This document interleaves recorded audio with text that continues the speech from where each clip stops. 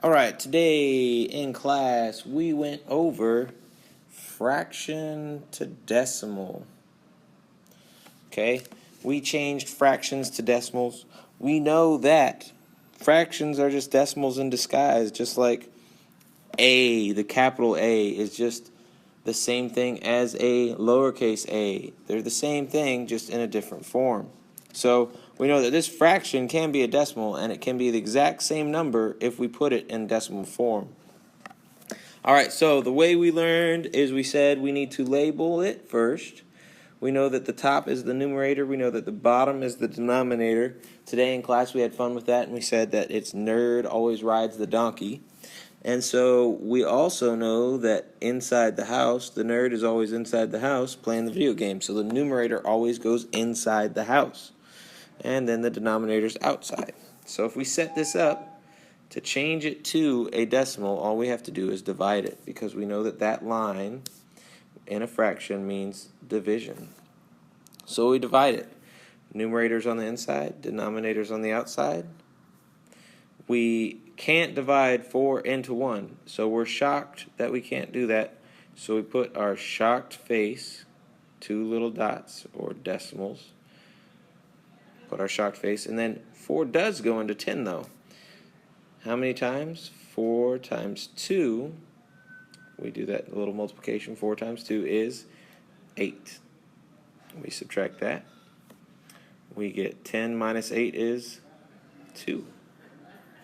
Now, we're shocked because 4 can't go into 2, so we're shocked again, so we put another O. We bring that 0 down, and now we have 20. But 4 does go into 20 5 times.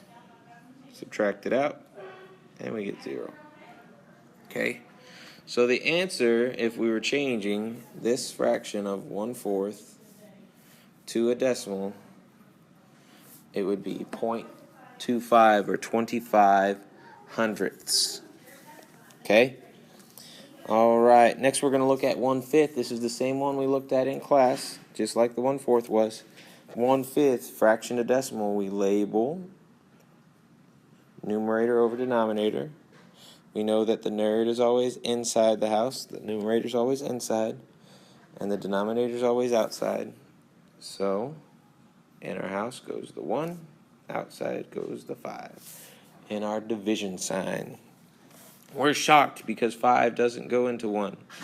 So we're shocked that it doesn't go there. So we add our shocked face.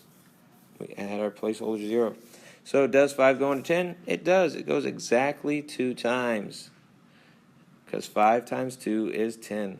We subtract and we get 0 out. So our end all be all for 1/5 as a decimal is 0.2 or 2/10.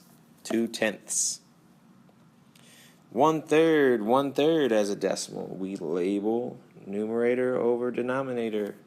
Inside the house is always our numerator, and our denominator is always outside. We do 1 inside the house, 3 outside the house for division.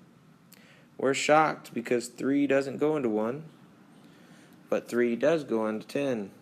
We know that 3 times 3 is 9, so we do that.